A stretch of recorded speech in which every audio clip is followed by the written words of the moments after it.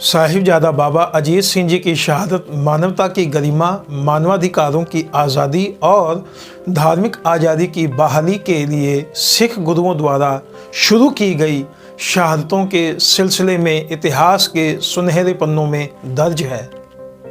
साहिबजादा अजीत सिंह जी का जन्म 26 जनवरी 1687 ईस्वी को माता सुंदरी जी और सरबंसदानी दशमेश पिता गुरु गोविंद सिंह जी के घर श्री पांवटा साहिब में हुआ था। जब बाबा अजीत सिंह 5 महीने के थे तब गुरु गोविंद सिंह जी का पांवटा साहिब भंगाणी के युद्ध में पहाड़ी राजाओं के साथ भीषण युद्ध हुआ, जिसमें गुरु साहिब की जीत हुई। यह पहाड़ी राजाओं के साथ गुरु साहिब की पहली लड़ाई थी, जिसकी जीत के कारण साहिबजादे का नाम अजीत सिंह रखा गया। पांवटा साहिब से कुछ समय बाद गुरु साहिब का परिवार श्री आनंदपुर साहिब आ गया। यहीं पर साहिबजादा अजीत सिंह जी को शास्त्र विद्या, धार्मिक ग्रंथों और इतिहास आदि की शिक्षा दी गई। साहिबजादा अजीत सिंह जी का प्रशिक्षण गुरु साहिब जी की देखरेख में हुआ। उन्हें घुड़सवारी, शस्त्र विद्या, धनुर्विद्या में महारत हासिल थी। इतिहास अनुसार सिख संगत का एक जत्था दक्षिणी पंजाब से गुरु गोविंद सिंह जी के दर्शन के लिए आ रहा था। तभी रास्ते में मुगलों ने संगत के जत्थे पर हमला कर दिया और सारा सामान लूट लिया। जब गुरु गोविंद सिंह जी को इस हमले की खबर मिली तो उन्होंने साहिबजादा अजीत सिंह जी को सिख संगत से लूटा हुआ माल वापस लाने के लिए तैयार किया। उस समय बाबा अजीत सिंह केवल 12 वर्ष के थे। उन्होंने 100 सिंहों का जत्था लिया और मुगलों से सिख समुदाय की निडरता और वीरता से रक्षा करते हुए लूटा हुआ सामान लौटा दिया। साहिबजादा अजीत सिंह जी को तारागढ़ किले की सुरक्षा की जिम्मेदारी सौंपी गई थी, तो उन्होंने इसे भी पूरी लगन से निभाया। 1700 ईस्वी में साहिबजादा अजीत सिंह जी ने दुश्मन के हमले का करारा जवाब देते हुए निर्मोहगढ़ की लड़ाई में बहादुरी से लड़ाई लड़ी थी। इसके बाद मार्च 1701 में सियालकोट से सिख संगत आ रही थी कि रास्ते में लुटेरों के एक बड़े दल ने रोक लिया, तो गुरु पिता की आज्ञा से साहिबजादा अजीत सिंह ने अपने घुड़सवार जंगजू सिंहों के साथ लेकर उन लुटेरों को एक अच्छा सबक सिखाया। सिख संगत को सुरक्षित रूप से गुरु साहिब तक भी पहुंचाया। एक बार देवदास नाम का एक गरीब ब्राह्मण गुरु गोविंद सिंह जी के दरबार में आया। फरियाद की कि बस्सी के कुछ पठान उनकी नवविवाहित पत्नी को होशियारपुर के पास जबरदस्ती उठा ले गए हैं।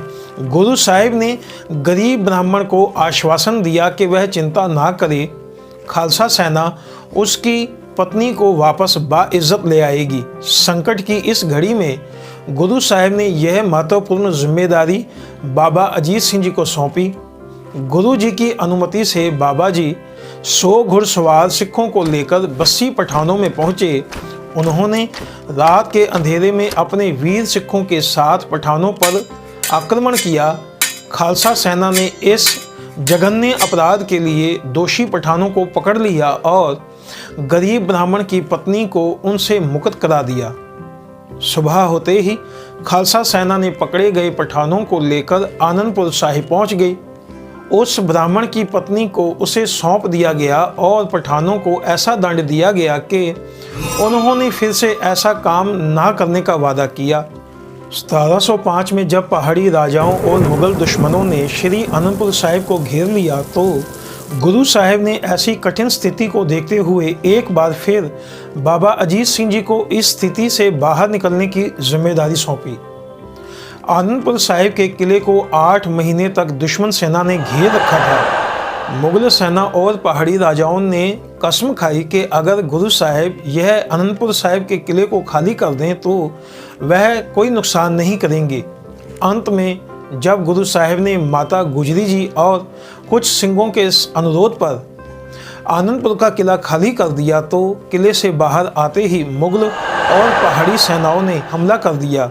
इस अवसर पर साहिबजादा अजीत सिंह जी अपने पिता गुरु गोविंद सिंह जी और साहिबजादा जुझार सिंह जी कुछ सिंहों के साथ पहाड़ी राजाओं और मुगल सेना से लड़ते हुए सरसा नदी पार कर चमकौर की गढ़ी में पहुँचे। अल्लाह यार खां जोगी ने उस समय को इस प्रकार वर्णन करते हुए कहा जब दूर से दरिया के किनारे नजर आए, डूबे हुए सरसा में प्यारे नजर आए, यह देख के बिगड़े हुए सारे नजर आए, बिफरे हुए सतगुरु के दुलारे नजर आए। कहते थे इजाज़त ही नहीं है हमें रण की, मिट्टी तक उड़ा सकते हैं दुश्मन के चमन की। 10 लाख की संख्या वाली एक बड़ी सेना ने चमकौर के किले को घेर लिया। बड़ी संख्या में मुगल सेना के सामने यज्ञपी सिंहों की संख्या नाम मात्र की थी, परंतु गुरु प्रेम के लिए अपने प्राणों की आहुति देने वाले सिखों ने बड़ी वीरता और साहस के साथ शत्रु का मुकाबला किया। चमकौर के किले से यह युद्ध 5-5 सिंहों का जत्था लेकर बहादुरी से लड़ा गया और सिंहों ने सैकड़ों शत्रुओं को मारकर शहादत प्राप्त की। अल्लाह यार खान जोगी इस समय गुरु साहिब के भीतर उठने वाली भावनाओं का इस तरह से उन्होंने बयान किया, थे 4 हो अब 2 ही, सुबह ये भी ना होंगे, हम शुक्र करेंगे गर ये भी ना होंगे। गुरु गोविंद सिंह जी युद्ध का यह सारा दृश्य देख रहे थे और बाणों की वर्षा कर मुगलों को भयभीत करते रहे। साहिबजादा अजीत सिंह जी ने पिता गुरु गोविंद सिंह जी से युद्ध के मैदान में जाने की आज्ञा मांगी और कहा, नाम का अजीत हूँ, जीता ना जाऊँगा, जीता तो खैर, हार के जीता ना आऊँगा।